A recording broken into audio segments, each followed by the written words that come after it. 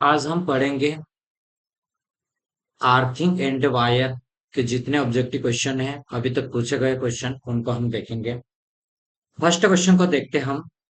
First question है in an electric line switch is connected to which of the following wire. इसमें पूछा है विद्युत लाइन में स्विच कौन से तार पर लगाया जाता है। तो जो हमारा स्विच रहता है वो कहाँ पे लगाया जाता है? अर्थ में तो नहीं लगाते हम, इसको फेज में लगाते हैं। ठीक है, तो बी वाला राइट आंसर होना चाहिए, न्यूट्रल में भी नहीं लगाते। तो जो हमारे विद्युत लाइन में स्विच रहते हैं वो फेज में लगाए जाते हैं। ठीक है, तो राइट आंसर हमारे पास बी वाला हो जाएगा। नेक्स्ट सेकेंड क्वेश्चन हमारे पास है according to S I code. किस कोड के अकॉर्डिंग? एस आई कोड के according the colour of earth wire is usually.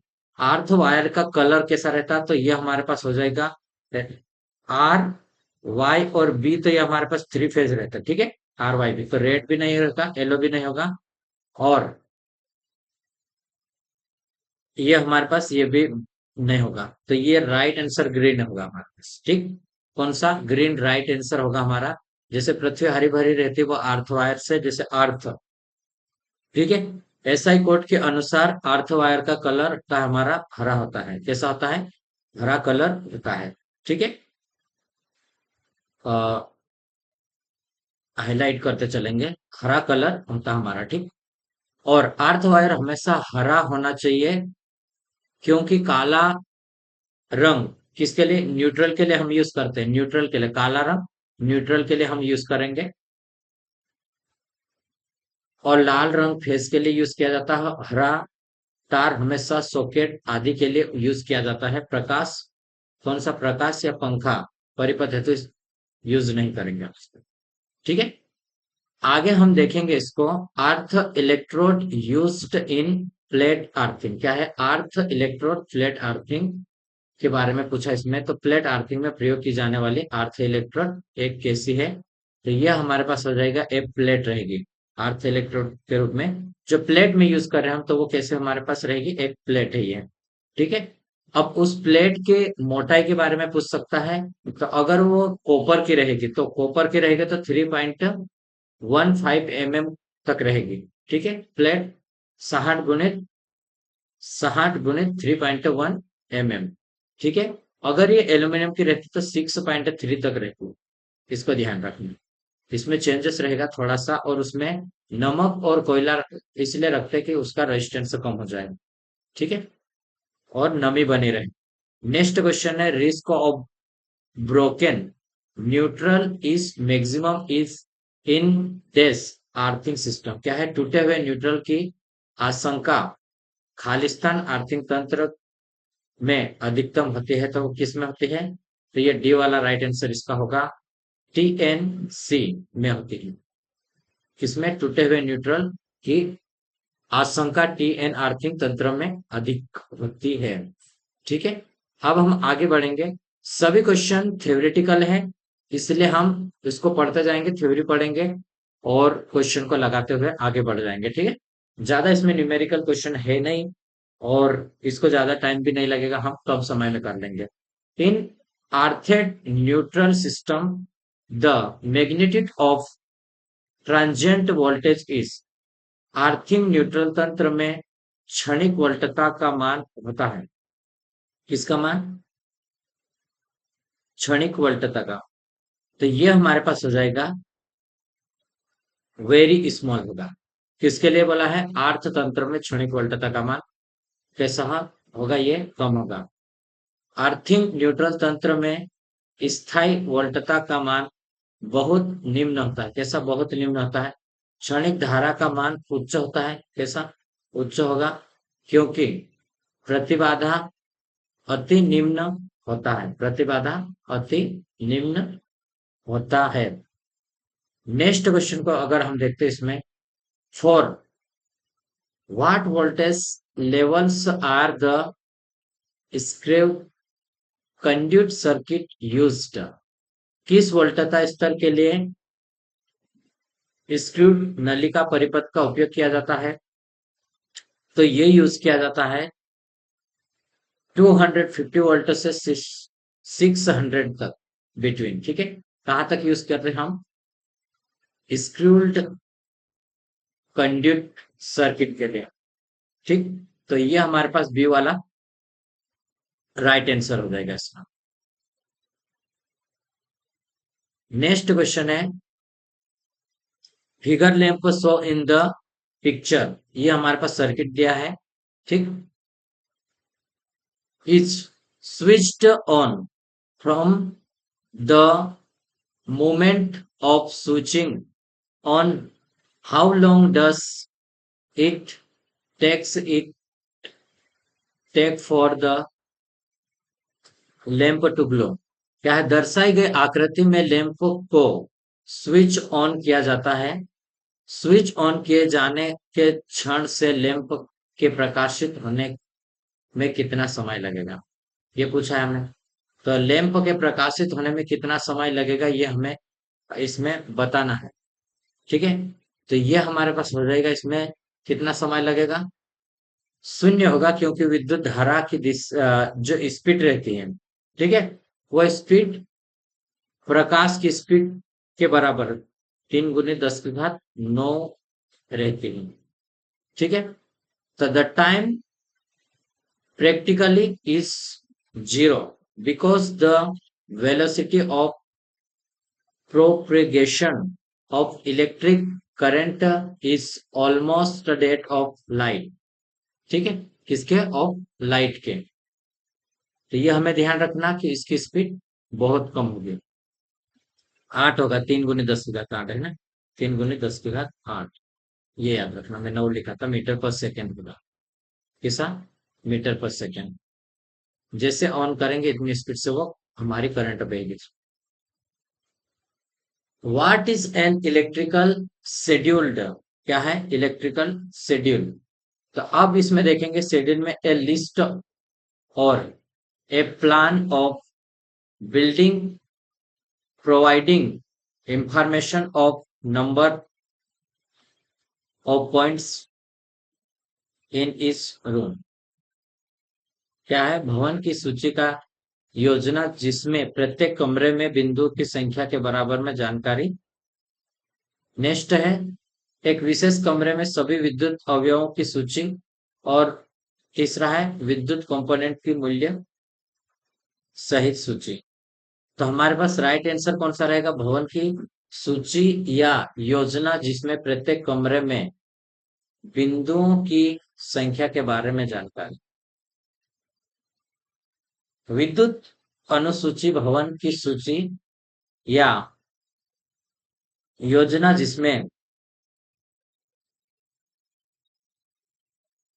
प्रत्येक कमरे में बिंदुओं की संख्या के बारे में जानकारी। विद्युत वायरिंग में प्रयुक्त सामग्री ISI चिन्ह युक्त होनी चाहिए इसमें। और संस्था में लाइट व पंखा का परिपथ एक ही होता है, परंतु पावर सर्किट, ठीक है, अलग होना चाहिए। परिपथ जो सर्किट व्यवस्था हम करते हैं ऐसी हो कि भविष्य में उसका हम बढ़ा सकें, कम से कम एक परिपथ की अतिरिक्त व्यवस्था हम करना चाहिए उसमें। अतः भवन की सूची या योजना जिसमें प्रत्येक कमरे में बिंदुओं की संख्या के बारे में जानकारी होनी चाहिए। प्रत्येक कमरे में बिंदुओं की संख्या के बारे में हमें जानकारी होनी चाहिए। ठीक है, नेक्स्ट क्वेश्चन है, which among this is a method of wiring. तो ये हमारे पास कौन कौन सी मेथड है, लूप मेथड और joint box method, T method और loop in system method. 3 method दिया हमारे पास, ये हमारे पास कौन सा रहेगा ये हमें बताना। तो ये हमारे पास हो जाएंगे, कौन कौन सा हो जाएगा, ये हमारे पास तीनों मेथड हमारे पास हो जाए। ट्री मेथड की बात करेंगे तो किसी एक वृक्ष के जैसा रहता है, पॉइंटर रहता है, उसके ऊपर सारे अलग अलग परिपथ भी बनाए जाएंगे, सप्लाई लेंगे। ठीक है,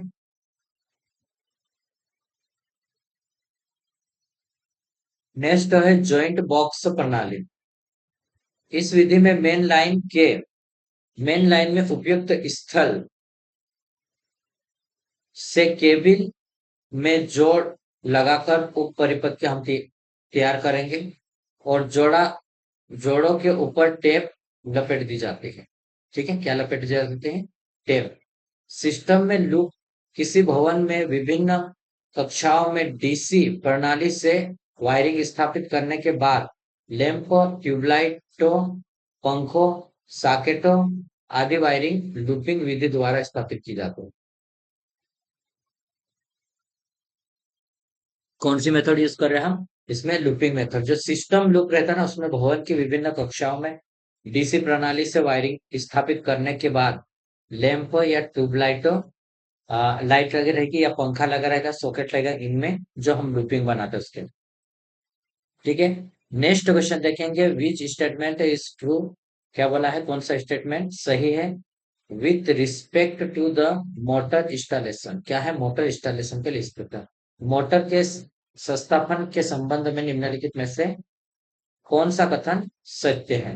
यह हमें देखना है, कौन सा कथन सत्य है। तो यह हमारे पास रहेगा, और equipment used in power wiring shall be of iron clad. Power wiring में प्रयोग किए जाने वाले सभी उपकरण लोह आच्छादित होंगे। ठीक है। और ये बी वाला राइट आंसर है। सॉरी, कौन सा वाला है? मोटर संस्थापन के संबंध में पावर वायरिंग में प्रयोग किए जाने वाले सभी उपकरण लोह आच्छादित होंगे। विद्युत मोटर की संस्थापन में सतत वाहक नली तार स्थापन प्रयोग में लाई जाती है, तथा इसमें सामान्य भारी गेज की धातु वाहक नली का उपयोग किया जाता है। इसमें लगे सभी उपकरण जो लोहे से आच्छादित होना चाहिए। कैसे? लोहे से आच्छादित। Which material is use for wiring conduit bus bar? Aluminium, copper. दो वायरिंग दिया। सतत बस बार वायरिंग के लिए तो हम एल्यूमिनियम का यूज करते हैं। ठीक है। तो ए वाला राइट आंसर रहेगा हमारे पास। ठीक है। सतत बस बार की वायरिंग के लिए एल्यूमिनियम सामग्री का यूज करते हैं। एल्यूमिनियम की क्या है, कीमत कम रहती है इसलिए। What is means by contingency? तो ये इसको हम देखना है, इसका क्वेश्चन देखो। आकस्मिक व्यवहार का क्या अर्थ है कंटीजेंसी? ठीक है। तो एक श्रेणी में आवश्यक कंपोनेंट की सूची सम्मिलित होनी चाहिए। सेकेंड है हमारे पास, श्रेणी में अस्पष्ट और अप्रत्याशी आइटम सम्मिलित होते हैं। तीसरा है, इस श्रेणी में छूट मूल्य के साथ अवयव सम्मिलित होते हैं। छूट मूल्य के साथ में। तो ये हमारे पास सेकेंड वाला राइट आंसर हो जाएगा। आकस्मिक व्यय श्रेणी में अस्पष्ट और अप्रत्याशी आइटम सम्मिलित होते हैं, मतलब अपने को पता नहीं रहता कौन कौन सा सबसे। What is the maximum load that can be connected in A circuit connecting only lighting pointer? केवल प्रज्वलन बिंदुओं को जोड़ने वाले परिपथ में अधिकतम भार कितना जोड़ा जा सकता है? अधिकतम भार कितना जोड़ा जा सकता है, ये पूछा हमने। तो हमारे पास क्या है, लाइटनिंग में हमारे पास रहेगा 800 वाट तक। अगर वो पावर पॉइंटर रहता है पावर के लिए तो वो 1000, इसमें 2 पॉइंटर रहता है और इसमें 10 पॉइंटर रहते हैं। ठीक है, इसको ध्यान रखना। प्रज्वलन बिंदु को जोड़ने वाले परिपथ में अधिकतम इतने वाट होता है। अब जैसे 60 वाट का लैंप, 100 वाट का सॉकेट प्लस सेंटर ट्यूब, ये हो गया अलग अलग। नेक्स्ट देखेंगे, what is the maximum length of A flexible conduit in motor installation? क्या है? मोटर संस्थापन में लचीले कंड्यूट की अधिकतम लंबाई कितनी होनी चाहिए? अधिकतम लंबाई की बात कर रही है, तो ये हमारे पास लेस देन 1.25 मीटर होनी चाहिए। मोटर इंस्टॉलेशन में लचीले कंड्यूट की अधिकतम लंबाई इतनी होनी चाहिए, 1.25 मीटर होती है। मोटर में स्टार्टर वो मोटर के बीच शून्य वाहक नली लगाई जानी चाहिए और इसकी लंबाई 1.25 मीटर से अधिक नहीं रखनी चाहिए। शक्ति तार संस्थापन के लिए हमारे पास 3/0.915 कॉपर की केबल, और एल्यूमिनियम की बात करेंगे तो ये हमारे पास 1 के लिए 1.8 mm एल्यूमिनियम चालक केबल के कम ताप का चालक यूज हम नहीं करेंगे। ठीक है, तो ये ध्यान रखना है इसकी साइज को भी। कॉपर की रहेगी तो कम रहेगी और एल्यूमिनियम की रहेगी तो ज्यादा, क्योंकि इसकी कंडक्टिविटी ज्यादा रहती है, इसको हमें ध्यान रखना है। ठीक है, what is the factor of safety used for current rating in a power installation? क्या है? शक्ति संस्थापन में धारा रेटिंग के लिए प्रयोग किए जाने वाले सुरक्षा फैक्टर क्या होता है? क्या है सुरक्षा फैक्टर, क्या होता है? तो सेफ्टी फैक्टर की बात कर रहा है ये हमारे पास। ऑप्शन को हम देखेंगे, एसएससी में पूछा गया क्वेश्चन है। ठीक है, तो देखो सेफ्टी फैक्टर हमारे पास होना चाहिए दो। क्या है? पावर इंस्टॉलेशन में करंट रेटिंग के लिए प्रयोग किया जाने वाला सुरक्षा फैक्टर। ठीक है, सेफ्टी फैक्टर दो होता है किसमें? पावर इंस्टॉलेशन में। और ज्ञात निर्गत शक्ति वाली एसी मोटर के लिए उसकी दक्षता के अतिरिक्त उसका शक्ति गुणांक जानना भी आवश्यक होता है, तभी इसकी निवेश शक्ति तथा उसी के आधार पर उसकी निवेश विद्युत धारा जानी जा सकती है। इसका सुरक्षा फैक्टर दो होता है। कितना? दो होता है इसमें। नेक्स्ट क्वेश्चन है, ए लाइटनिंग सब circuit has 100 watt lamp if the rated current of fuse in this circuit is 5 ampere, the maximum number of light point on this circuit without volting regulation and safety should be। एक lightning सब circuit में हमारे पास है 100 वाट lamp है। यदि इस परिपथ में फ्यूज की रेटिंग हमारे पास 5 एम्पियर है तो नियमों और सुरक्षा उल्लंघन किए बिना इस सर्किट का प्रकाश बिंदु की अधिकतम संख्या कितनी होनी चाहिए? प्रकाश बिंदु की, तो हमारे पास इसमें अधिकतम संख्या की बात करें तो एक। ठीक है, अधिकतम तो 10 पॉइंट होते हैं, और ये 800 वाट के लिए। ठीक है, तो ये हमारे पास कितने हो जाएंगे? 100 वाट के हैं, तो ये 8, इसके अकॉर्डिंग देखा है। इसको काटेंगे तो ये 8 पॉइंट आ जाएगा। ठीक, अगर अलग अलग दिए रहते जैसे 800 का, और हमारे पास रहता है 60 वाट के, तो इसको हम निकाल लेते हैं इससे।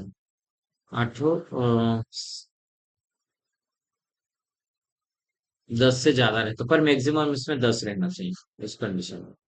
Which type of earthing is also called us fire earthing? Fire earthing की बात कर रहा हूँ। ठीक है, प्लेट अर्थिंग, रोड अर्थिंग और स्ट्रिप अर्थिंग। फायर अर्थिंग क्या है? इस प्रकार किस प्रकार का भू संपर्कन फायर भू संपर्कन कहलाता है? तो ये हमारे पास होगा फायर भू संपर्कन कहलाता है, तो ये हमारे पास रहेगा रोड अर्थ। कौन सा? Road earthing. रोड अर्थिंग को फायर अर्थिंग कहते हैं। ठीक है, इसमें कम से कम 12.5 mm, कितने? 12.5 mm व्यास की तार में छड़ या 16 mm व्यास की जीआई छड़ प्रयोग में लाई जाती है। ठीक है, इस प्रकार के अर्थिंग में गड्ढा नहीं खोदा जाता है, बल्कि छड़ को शक्ति घनों की सहायता से जमीन में उसमें गाड़ दिया जाता है। यह बलुआ जमीन के लिए उपयोग किया जाता है। किसके लिए? जमीन के लिए। What is the dimension of the copper strip used for the strip earthing? Strip भू संपर्कन के लिए उपयोग की जाने वाली तांबे की पट्टी की विमा क्या होगी? विमा क्या होगी? स्ट्रिप भू संपर्कन के लिए उपयोग की जाने वाली तांबे की पट्टी की विमा क्या होगी? तांबे की बात कर रहा है, कॉपर की। ठीक है, तो कॉपर की हमारे पास होना चाहिए इसमें, देखो 25 mm x 3 mm। क्या है? स्ट्रिप भू संपर्कन के लिए यूज किए जाने वाली, तो ये हमारे पास पट्टी 25 mm 1.6 mm से लेकर 25 × 3 mm तक आर्थिंग में गड्ढे की गहराई की बात करें तो 0.5 मीटर से कम नहीं होना चाहिए। और अर्थिंग पथरीली मिट्टी के कारण जहां गड्ढा खोदना कठिन होता है वहां पर इसका उपयोग किया जाता है। इसका स्ट्रिप भूमि संपर्क का। ठीक है। जीआई स्ट्रिप की विमा की अगर बात करेंगे तो ये 25 × 4 mm जीआई की। ठीक है। अब हम बात करेंगे इक्विपमेंट, अगर लाइटनिंग अरेस्टर में तो ये हमारे पास ये रहेगा स्ट्रिप, आर्थिंग स्ट्रिप कॉपर की 3 mm। पीएलसी पैनल के लिए बात करेंगे तो ये भी 3 mm का रहेगा। और डीजी और ट्रांसफार्मर न्यूट्रल के लिए तो ये 6 mm का रहेगा। ठीक है, इसको ध्यान रखना। ट्रांसफार्मर बॉडी के लिए तो भी 6 mm का जीआई यूज करेंगे हम। नेक्स्ट है हमारे पास what type of earthing is use by transmission line sir. Transmission line में किस प्रकार के भू संपर्कन का उपयोग होता है? तो ट्रांसमिशन लाइन में किस प्रकार के भू संपर्कन का यूज होता है? तो स्ट्रिप आर्थिंग का यूज होता है, स्ट्रिप भू संपर्कन का ट्रांसमिशन लाइन में। ठीक है, तो इसको ध्यान रखना। नेक्स्ट क्वेश्चन है what should be the value of earthing resistance for large power station. बड़े शक्ति संयंत्र के लिए भू संपर्कन प्रतिरोधों का मान क्या होना चाहिए? प्रतिरोधों का मान क्या होना चाहिए? तो ये हमारे पास होना चाहिए 0.5 ओम का। कितना? 0.5 ओम। बड़े शक्ति केंद्र के लिए अर्थिंग प्रतिरोध का मान 0.5 ओम होना चाहिए। और यह 0.5 से लेकर 1 तक हो सकता है। कितना तक हो सकता है? 0.5 से लेकर 1 तक। लेकिन बड़े जगह पे लार्ज इंस्टॉलेशन में हम देखेंगे इसमें 0.5 तक होना चाहिए। ठीक है, छोटे केंद्र और उपकेंद्र में इसमें रहेगा, केंद्र में बात कर रहे हैं ना, तो 1 से लेकर 2। और अन्य संस्थापन में 2.5 टू 5 ओम तक हो सकता है। नेक्स्ट क्वेश्चन है what is the diameter of the GI pipe through which the earth wire needs to be taken out. GI pipe जिसके माध्यम से अर्थ वायर को निकाला जाता है का व्यास कितना होता है? व्यास कितना होता है ये देखना हमें। ठीक है, तो ये हमारे पास हो जाएगा 13 mm डायमीटर। कितना? 13 mm डायमीटर का। इसकी बात करें जीआई पाइप जिसके माध्यम से अर्थ को निकालना है तो व्यास कितना होना चाहिए वो पूछा है। 13 जीआई पाइप जिसमें मध्य से अर्थ को निकालना है उसका व्यास 13 mm का रहता है। इसको ध्यान देना। ठीक है, which set of rules are to be verified on completion of wiring on any new installation. क्या बोला? किसी भी नए संस्थापन में वायरिंग की पूर्णता को किन नियमों के सेट से जांचा जाता है? किस नियमों के सेट से? तो इसको देखना है हमें।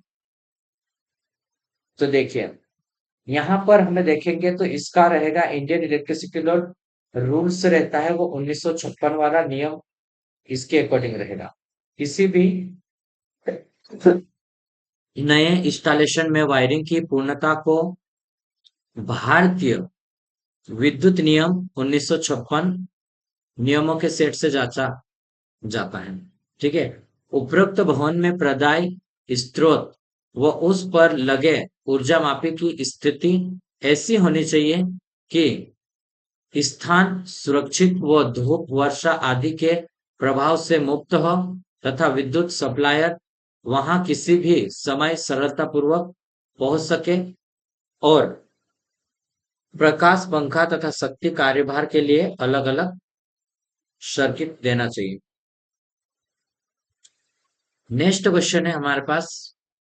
नेक्स्ट क्वेश्चन की अगर हम बात करेंगे तो dash dash should be provided as the working space the main switch board according to Indian electricity rules. Indian electricity भारतीय विद्युत नियम 51 के अनुसार मुख्य स्विच बोर्ड के आसपास जगह कार्यस्थल के रूप में प्रदान की जानी चाहिए, कार्यस्थल के रूप में, तो ये हमारे पास रहेगा 0.091 mm। कितना? 0.09 mm। तो ये हमें ध्यान रखना, विद्युत नियम के अनुसार मुख्य इतनी प्रदान की जाती है, ठीक है। Which among this in a type of internal wiring, तो ये आप हमारे पास कौन सी वायरिंग होंगे? इंटरनल वायरिंग, क्लिट वायरिंग, पेंडिट वायरिंग, सीटीसी वायरिंग, तो ये तीनों हो जाएगी। डी वाला राइट आंसर। अब क्लिट वायरिंग, कंडक्ट वायरिंग, सीटीसी सभी आंतरिक वायरिंग के प्रकार हैं। क्लिट वायरिंग यह तार के स्थापन प्रणाली अस्थायी प्रकार का होता है, नमी वाले स्थानों और दर्शनीय स्थानों के लिए उपयुक्त नहीं है। ये तार स्थापन आधार के रूप में पोर्सलिन के 2 मार्गी या 3 मार्गी क्लिट उपयोग में लेते हैं, जिन्हें लकड़ी के गुल्लियों में स्थापित किया जाता है, और क्लिट की परस्पर दूरी 30 सेंटीमीटर रखी जाती है। इस तार स्थापन में पीवीसी या वीआईआर प्रकार की केबल उपयोग में लाई जाती है। तार स्थापन की यह प्रणाली सबसे सरल और सस्ती है। कंडक्ट वायरिंग की अगर हम बात करेंगे तो इस प्रणाली में संस्थापन केबलों को वाहक नली कंडक्ट पाइप के अंदर से ले जाया जाता है, जिसके कारण तार स्थापन की यह प्रणाली यांत्रिक क्षति, नमी व आग के प्रभाव से मुक्त होते हैं। कैसे मुक्त होगी आग के प्रभाव से? Which among this is type of batten wiring, निम्न में से कौन सा बेटन वायरिंग का प्रकार है? तो बेटन वायरिंग का प्रकार हमारे पास हो जाएगा metallic sheet wiring and TRS और पीवीसी वायरिंग हो जाएगी, ठीक है। ये क्या है? एक धातु आच्छादित वायरिंग है। टीआरएस या पीवीसी तार दोनों बेटन वायरिंग का प्रकार है। यह वायरिंग लकड़ी के बेटन चपटी पट्टी पर स्थापित की जाती है। इस बेटन वायरिंग कहते हैं। वायरिंग की स्थापना के लिए दीवारों के छेनी हथौड़े से 2 x 2 सेंटीमीटर आकार के 3 से 4 सेंटीमीटर गहरे छिद्र बनाकर इसमें लकड़ी की गुल्लियां ठोकी जाती है, ठीक है। नेक्स्ट क्वेश्चन देखेंगे, which among this is a type of batten wiring using metal sheet wiring और यूजिंग टीआरएस और पीवीसी वायरिंग, इनमें से कौन बेटन वायरिंग का प्रकार है? बेटन वायरिंग का प्रकार कौन सा है, ये पूछा है हमें, ठीक है। तो बेटन वायरिंग का प्रकार हमारे पास कौन सा है? तो ये हमारे पास हो जाएगा दोनों। क्या है बेटन वायरिंग का प्रकार? यूजिंग मेटल शीट वायरिंग और यूजिंग टीआरएस वायर, ये हमारे पास दोनों रहेगा। पीवीसी और वायरिंग का और टीआरएस दोनों ये बेटन में आता है, ठीक है। तो इसका अगर हम देखेंगे लाभ, तो ये सरल रहती है और सुंदर दिखने में, ठीक है, और यांत्रिक क्षति से अपेक्षाकृत मुक्त रहेगी। भू संपर्क ठीक रखे जाने पर काफी टिकाऊ रहेगी। अगर टीआरएस वायरिंग की हम बात करेंगे तो तार स्थापन की यह प्रणाली बेटन वायरिंग प्रणाली भी कहते हैं इसको हम। इसमें सागौन की लकड़ी की 12.5 mm ऊंचाई का विभिन्न चौड़ाई का कष्ट आधार, जिसे बेटन कहते हैं, उपयोग में लाया जाता है, ठीक है। इस प्रणाली में तार स्थापन अपेक्षाकृत सरल व सस्ता है। यह प्रणाली अपेक्षाकृत टिकाऊ है और अच्छी प्रकार किया गया तार स्थापन दर्शनीय भी होता है। धुआं व रासायनिक प्रभाव से सुरक्षित है। आग लगने का भय बहुत कम रहता है उसमें। अच्छी कार्यकुशल की आवश्यकता रहती है इसमें। इसको अगर लगाने के लिए जो रहेगा व्यक्ति, तो उसमें कुशल होना चाहिए। What is the maximum distance between the two successive क्लीट, क्या है? 2 क्रमिक गुटका जो क्लीट रहता है उसके मध्य में अधिकतम दूरी कितनी होनी चाहिए, वो हमें देखना है, ठीक है। तो अधिकतम दूरी इसमें हो सकती है हमारे पास कितनी रहेगी? तो ये हमारे पास रहेगी 0.6 mm तक रह सकती है, ठीक है, ये वाला 0.6 mm तक क्या है, दो क्रमिक, क्या बोलेंगे इसको, क्लीट बोलेंगे या फिर गुटका, ठीक है, के मध्य अधिकतम दूरी कितने होने चाहिए, 0.6 mm।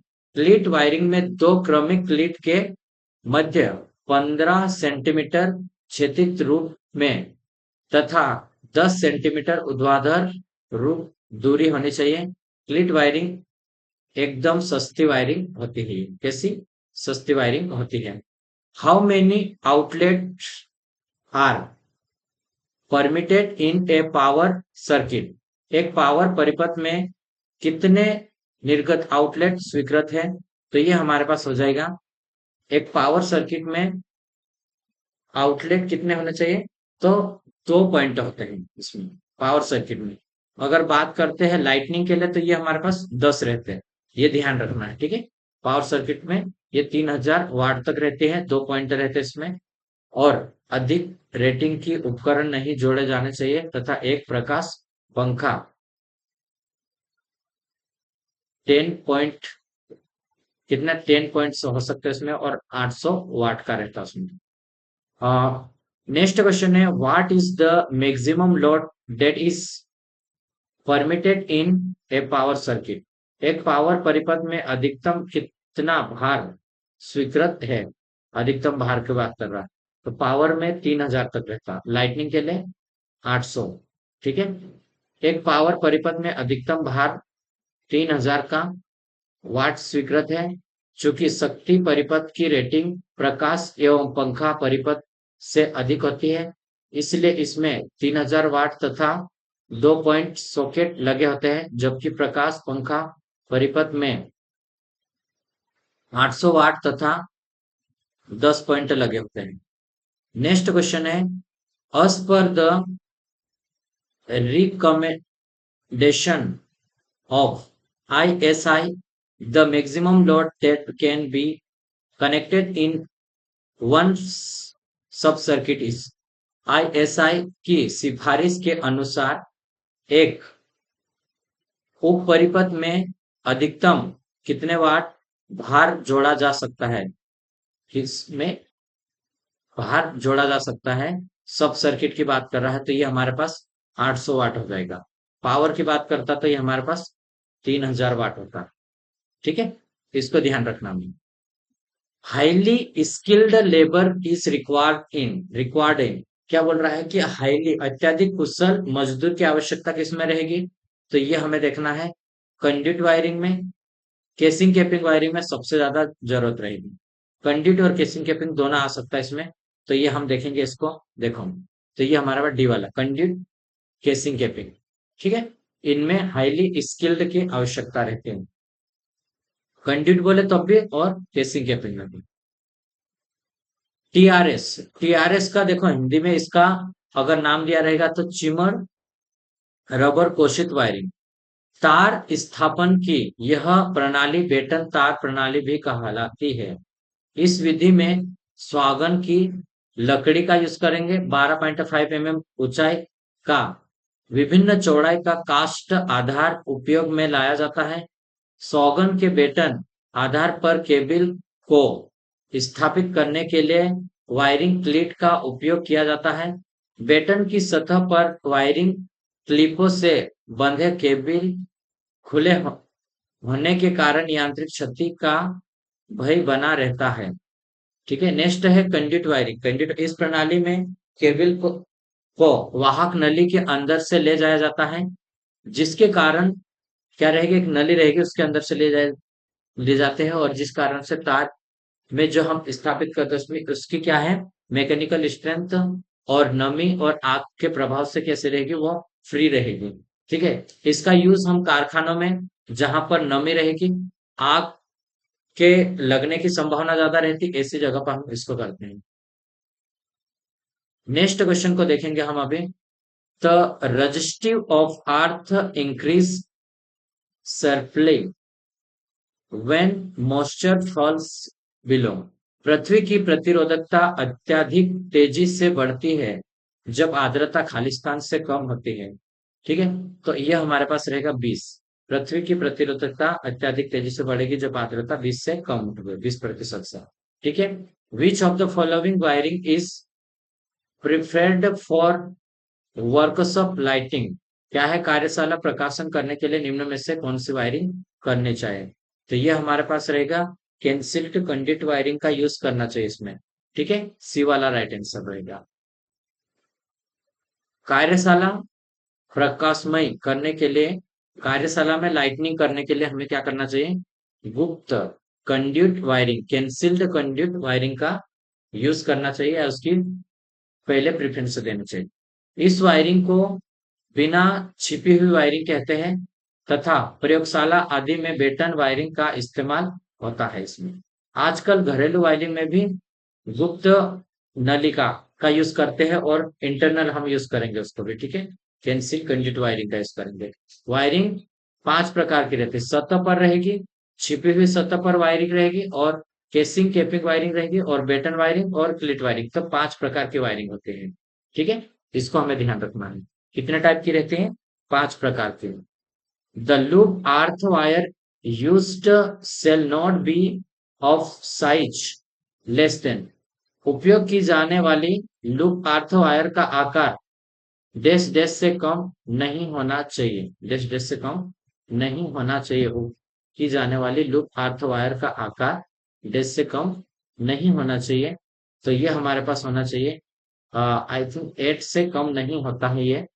ठीक है, तो मैं आपको बताता राइट आंसर भी इसका। देखो, ये इसमें उपयोग की जाने वाली लूप अर्थ वायर का आकार 14 SW 2.9 mm से कम, उप परिपथ वायर का आधा होना होता है। तो यह हमारा अर्थ वायर का आकार लगभग फेज वायर का आधा होता है। इसके लिए 14 SWG कॉपर के और 12 SWG एल्यूमिनियम तार पर्याप्त होता है। तार का अगर डायमेंशन भूमि के नीचे 8 mm तथा भूमि के ऊपर 6 mm होता है। ठीक है, नेक्स्ट क्वेश्चन देखेंगे, क्या है? ISI की सिफारिश के अनुसार एक उप परिपथ में लाइट फैन सॉकेट के अधिकतम कितने पॉइंटर होना चाहिए? इसमें 10 पॉइंटर रहते हैं। ठीक है, तो बी वाला राइट आंसर। बहुत बार पूछा गया क्वेश्चन है, एसएससी ने इसको कई बार पूछ लिया है। ठीक है, तो इसको भी आप बनाएंगे। as per recommendation of ISI, the maximum number of points lightning fan and socket। ठीक है, तो इसको ध्यान रखना है हमें। नेक्स्ट क्वेश्चन है, third pin in 3 pin plug is provided सोन। तो ये किसके लिए? अर्थ कनेक्शन के लिए प्रोवाइड किया जाता है। ठीक है, तो राइट आंसर हमारे पास ये रहेगा। 3 पिन प्लग में तीसरा पिन जो रहता है भूमिगत संयोजन प्रदान करता है। तीनों पिनों में जो तीसरा पिन होता है वह लंबा होता है और मोटा भी रहता है। यह सिर्फ कैसे करते हैं? सुरक्षा के दृष्टिकोण से हम इसका यूज करते हैं, और इस यह दोष की अवस्था में दोष धारा को क्या करेगा? अगर फाल्ट होगा तो फाल्ट करंट को उसमें को बाईपास कर देता है। ठीक है, next question, in practice earth is choose S a place of zero electric potential because is, व्यवहार में पृथ्वी को शून्य विद्युत विभव वाले स्थान के रूप में जाना जाता है, क्योंकि यह क्या है? व्यवहार में पृथ्वी को शून्य विद्युत विभव वाले स्थान के रूप में जाना जाता है। तो ये क्योंकि किसके लिए जाना जाता है? तो यह लगभग निम्न नियत विभव की होती है। व्यवहार में पृथ्वी को जीरो इलेक्ट्रिक पोटेंशियल के रूप में जाना जाता है, क्योंकि पृथ्वी का विभव शून्य होता है। ठीक है, आगे बढ़ेंगे अब हम इसमें, देखते हैं 38वां क्वेश्चन। ठीक है, which type of neutral grounding method has high transient voltage appear under fault condition? किस प्रकार की उदासीन भू संपर्कन विधि में उच्च क्षणिक प्रदोष की स्थिति उत्पन्न होती है? ठीक है, तो ये हमारे पास हो जाएगा रेक्टेंस ग्राउंडिंग, प्रतिघात भू संपर्कन। क्या है? प्रतिघात भू संपर्कन विधि प्रतिरोध भू योजन के समान ही केवल प्रतिरोध के स्थान पर प्रतिघात अथवा प्रतिबाधा इम्पीडेंस लगाना पड़ता है, प्रतिघात भू संपर्कन में यह ध्यान रखा जाता है कि प्रतिबाधा में प्रतिघात तथा प्रतिरोध का अनुपात 3 से कम ना हो, क्योंकि x by r greater than 3 रखने वाले प्रतिबाधा को स्टैंडर्ड रिएक्टेंस माना जाता है। सामान्य इस विधि का को अपनाना तभी संभव हो पाता है जब उपयुक्त भू योजना प्रतिघात x का मान प्रदाय प्रणाली के प्रतिघात से 3 गुना अधिक हो। यह विधि रिले के संतोषजनक प्रचालन में सहायक होती है और उपकरण को आंशिक क्रमकरण ग्रेडियंट प्रदान करती है। ठीक है, क्या है उदासीन भू संयोजन की इस प्रणाली की सबसे बड़ी कमी यह है कि भू प्रदोष की स्थिति में इसमें अत्यधिक क्षणिक अधिक वोल्टाए प्राप्त होते हैं, इसलिए सामान्य इस विधि का उपयोग नहीं होता है। The effect of electric shock on human body dependence on, मानव शरीर पर विद्युत सदमा निर्भर करता है करंट, वोल्टेज और समय पर। तो ये हमारे पास रहेगा, तीनों के ऊपर डिपेंड करेगा, मानव शरीर पर विद्युत सदमा, धारा, वोल्टेज जो रहेगा हमारे पास 100 ह्यूमन बॉडी के ऊपर किसके ऊपर डिपेंड करेगा, तो ये हमारे पास रहेगा करंट, वोल्टेज और संपर्क कितने समय तक वो उसको रखता है गेज करके। ठीक है, तो शरीर का प्रतिरोध कितना होता है गीली स्थिति में 1 किलो ओम और सूखी में 1 मेगा ओम पर। ठीक है, नेक्स्ट क्वेश्चन है the mixture prepared for filling around the earth electrode for effective earthing is. Earth electrode earthing में प्रभावी भू योजन के लिए भरे जाने वाला मिश्रण क्या होता है, मिश्रण क्या होता है, तो ये हमारे पास रहेगा कोल स्टैंड मिक्सचर होता है, कोयला नमक का मिश्रण रहेगा इसमें। ठीक है, अर्थ में यूज करते हैं। Normally the human body resistance is totally wet and dry condition is respectively. साधारण मानव शरीर का प्रतिरोध पूर्ण गीले तथा सूखे स्थिति में क्रमशः कैसा होना चाहिए, तो जस्ट अभी हमने देखा इसका आंसर को भी, तो मैं आपको बताता जस्ट। ठीक है, एक मिनट देखो, तो ये हमारे पास हो जाएगा 1 किलो ओम गीला रहेगा तब और सूखा रहेगा तो 1 मेगा ओम। ठीक है, ये हमें ध्यान रखना है। द प्रोपो क्या विद्युत यंत्र को भू संपर्कन करने का उद्देश्य क्या है, तो उसका उद्देश्य क्या है, प्रोवाइड सेफ्टी अगेंस्ट शॉक, ये हमारे पास राइट आंसर रहेगा। ठीक है, सेफ्टी के लिए हम इसको यूज करते हैं, ह्यूमन सेफ्टी के लिए। In case of electric fire use, बिजली की आग लगने को निम्न के द्वारा हम बुझाते हैं, तो इसका CO2 के द्वारा बिजली की आग बुझाने के लिए हम यूज करेंगे, तो यह CCl4 का भी यूज करेंगे। The addition of ground rod in the earthing grid, ठीक है, भू संपर्कन ग्रिड में भू छड़ों की वृद्धि कैसे है, तो यह हमारे पास हो जाएगा कौन सा रहेगा, slightly decrease the earth resistance, भू प्रतिरोध तनिक कम करती है। कैसा भू संपर्कन ग्रिड में भू छड़ों की वृद्धि करने से भू प्रतिरोध तनिक कम हो जाता है। For the measurement of the earth resistance of A given earth electrode, किसी एक भू इलेक्ट्रोड का भू प्रतिरोध मापन के लिए क्या है, तो ये हमारे पास देखना, इसमें 45 का है ना, तो ये हमारे पास हो जाएगा collecting electrode should be far away the electrode under test, ग्राही इलेक्ट्रोड परिरक्षण रक्षाधीन इलेक्ट्रोड का दूर होना चाहिए। ठीक है, इसे अर्थ टेस्ट धारा अर्थ का रेजिस्टेंस मापने के लिए अर्थ टेस्टर के इलेक्ट्रोड को मापक इलेक्ट्रोड को बहुत दूर रखना चाहिए। ठीक है, विद्युत स्विच को किसमें लगाया जाता है, विद्युत स्विच को, तो ये लाइव तार में लगाया जाता है विद्युत स्विच को, ये हमें ध्यान रखना है, फेज में लगाया जाता है। ठीक है, मोटर परिपथ के लिए कौन से रंग MCB नो का चयन किया जाता है, तो ये नीले रंग का, किसके लिए? मोटर सर्किट के लिए यूज करते हैं, नीले रंग का। डोमेस्टिक इंस्टॉलेशन का आकलन, एस्टिमेट बनाते समय भार का आकलन किस आधार पर करते हैं? तो इसका आकलन करते हैं हम कैसे करेंगे? सारे विद्युत उपकरण के सन्निधारण का वाट में योग करेंगे, total rating of the electric fitting. ठीक है, तो कितने वाट के डोमेस्टिक में हम यूज करेंगे, उसमें कितने वाट के उसको देखेंगे।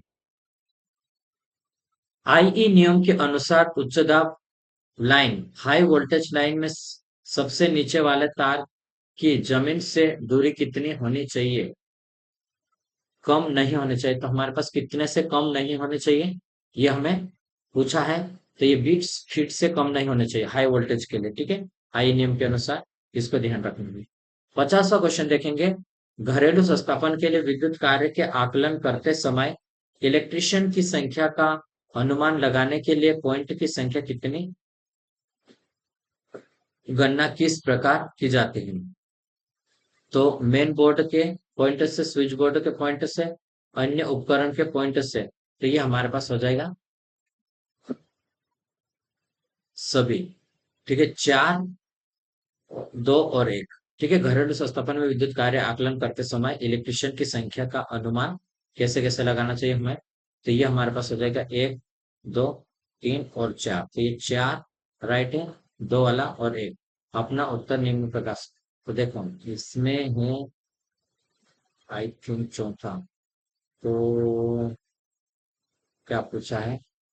घरेलू संस्थापन विद्युत आकलन करते समय इलेक्ट्रिशियन की संख्या का अनुमान लगाने के लिए पॉइंटर की संख्या 4 गणना की।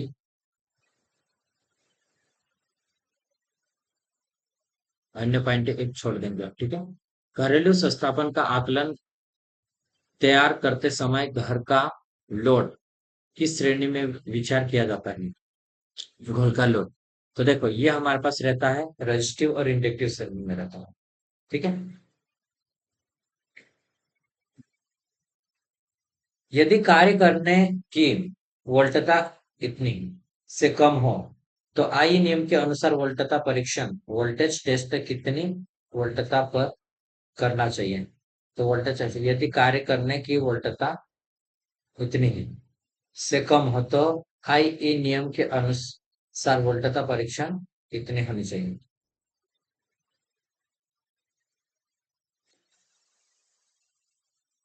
नेक्स्ट क्वेश्चन, आई नियम के अंतर्गत 3 फेज 4 वायर सिस्टम किस स्थान पर भूमि से संबंधित आर्थर होने चाहिए? तो ये हमारे पास रहेगा उत्पादन, क्या है? एड generating station, sub station, distribution system में। ठीक है, आई नियम के अंतर्गत 3 फेज वायर सिस्टम का उत्पादन होना चाहिए। तो ये हमारे पास 50 क्वेश्चन थे और हमने एक इसको शॉर्ट रिवीजन थ्योरी क्वेश्चन था उसको हमने देखा। ठीक है, तो अब हम देखेंगे अभी आगे और क्वेश्चन को करेंगे। तो इस वीडियो को हम यहीं पे रोकेंगे और अगला वीडियो बनाएंगे और हम उस वीडियो में आगे क्वेश्चन को करेंगे। ठीक है, यदि वीडियो आपको पसंद आता है तो आप हमारे साथ जुड़ सकते हैं और अपनी तैयारी को मजबूत कर सकते हैं, क्योंकि हम कंटिन्यू तैयारी करेंगे और यूथ कंपटीशन के जितने भी क्वेश्चन अभी तक पूछे गए हैं और भारत में अभी तक इलेक्ट्रिकल से रिलेटेड क्वेश्चन है उन सभी क्वेश्चन को करेंगे, ताकि आने वाली जितनी भी हमारी एमपी सब इंजीनियर के आने वाले और भी एग्जाम हो और एग्जाम कंटिन्यू और भी चलेगी, डीएफसीसीएल की चलेगी, आरआरबी जेई के आर एग्जाम, बहुत सारे ऐसे एग्जाम हैं। उन सभी एग्जामों को आप टारगेट करके पढ़ सकते हैं इसमें। ठीक है, तो वीडियो देखने के लिए धन्यवाद। अब मिलेंगे हम नेक्स्ट वीडियो में।